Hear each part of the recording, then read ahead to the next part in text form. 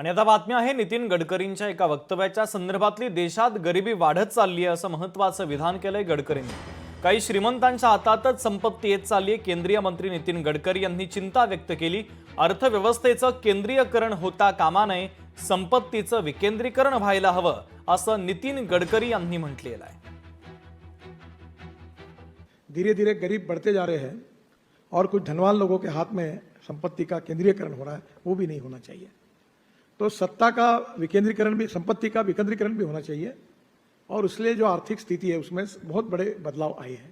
त्यांनी नरेंद्र मोदी सरकारवरती केलेला हल्ला आहे। नरेंद्र मोदी सरकार हे श्रीमंतांसाठी काम करत आहे आणि मोदींच्या सरकारमध्ये मुठभर श्रीमंत अधिक श्रीमंत होतात आणि गरीब अधिक गरीब होतोय, हे परखड शब्दामध्ये मोदींच्या एका सहकार्यानेच सांगितलेलं आहे। लोकांच्याकडे फायनान्शियल सोर्सेस वाढत आहे, लोक श्रीमंत होत आहे ही वस्तुस्थिती आहे। कदाचित गरीब लोक थोडे श्रीमंत होतील आणि मोठे लोक जास्त श्रीमंत होतात, ते नाकारता येणार नाही। परंतु भविष्यामध्ये वेगवेगळे जे निर्णय, या निर्णयामुळे सामाजिक विषमता दूर होईल। या आर्थिक दुर्बल व्यक्तींना सरकारचा लाभ पोहोचला पाहिजे। तो लाभ पोहोचण्याकरता आम्ही पार्टी म्हणून सरकार म्हणून काही गोष्टी कमी पडतात। जसं माननीय मोदीजींनी सर्वांसाठी घरे योजना केली, सर्वांसाठी घरे योजना सर्व घरापर्यंत पोहोचली पाहिजे, याच्याकरता आम्हाला काम करायची गरज आहे।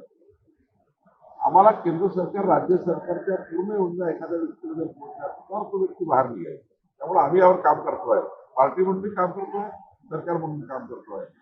एकही व्यक्ती कुठल्याही योजनेपासून वंचित राहू नये याकरता खास करून महसूल विभागाने पुढाकार घेतला आहे। मला असं वाटतं की आम्ही चांगल्या पद्धतीने करू। सत्तेचं विकेंद्रीकरण आणि पैशाचं, आर्थिक सत्तेचंही विकेंद्रीकरण ही भारताच्या स्वातंत्र्यापासून भारताची भूमिका राहिली आहे। त्या भूमिकेशी विसंगत परिस्थिती तयार झाली आहे। गडकरी सत्य बोलतात आणि आम्हाला ते नेते आवडतात। लोकशाही मराठी ऐका, पहा, जागरूक रहा।